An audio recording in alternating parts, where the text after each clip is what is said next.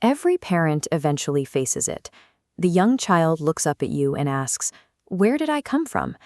The common response is to pivot into an awkward biology lesson or offer a story about storks. We treat it as a question of physical origins. But in the philosophy of Harold W. Percival, this isn't a question about biology. It's the first time a conscious entity is trying to orient itself in a new world. Percival views the human body as a biological machine. The entity asking the question is an immortal consciousness that has only recently taken up residence inside it. The child is experiencing a brief window of clarity before they are fully integrated into the body's senses. Your answer determines if they stay connected to their true nature or fall into a hypnotic focus on the physical body. This interaction defines the child's starting point. They will either begin a life of self-inquiry or spend it believing they are simply the name on their birth certificate. To understand this process, we look at how a human develops. Before the conscious self arrives, an infant is essentially an animalistic robot, reacting purely to physical stimuli. Percival called the infant's automated operating system the breath form. It manages the organs and physical senses. As the child begins to wonder, the immortal conscious pilot, the doer, descends into the machine and takes the wheel. This is when the child enters the world of make-believe.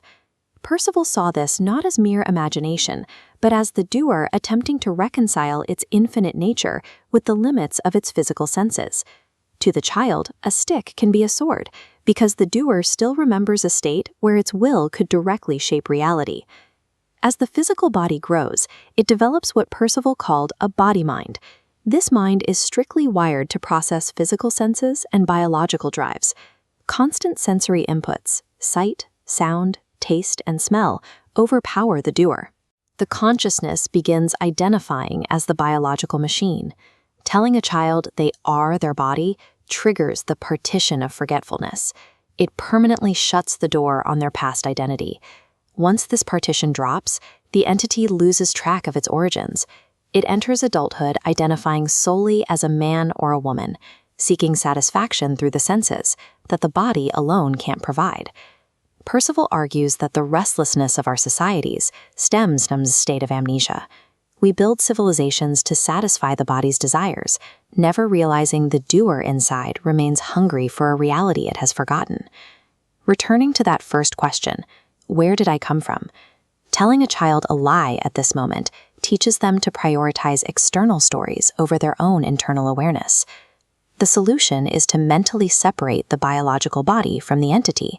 You address the conscious guest directly, acknowledging them as an independent being.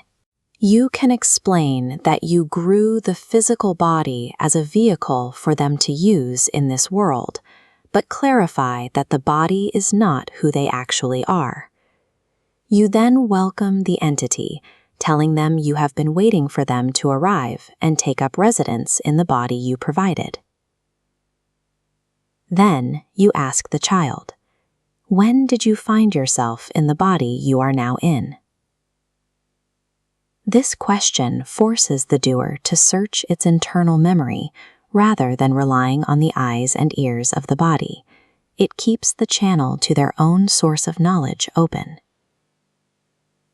By treating these early inquiries with reverence, we offer the child a chance to grow up fully awake to their true nature, rather than wandering through a world of sensory shadows.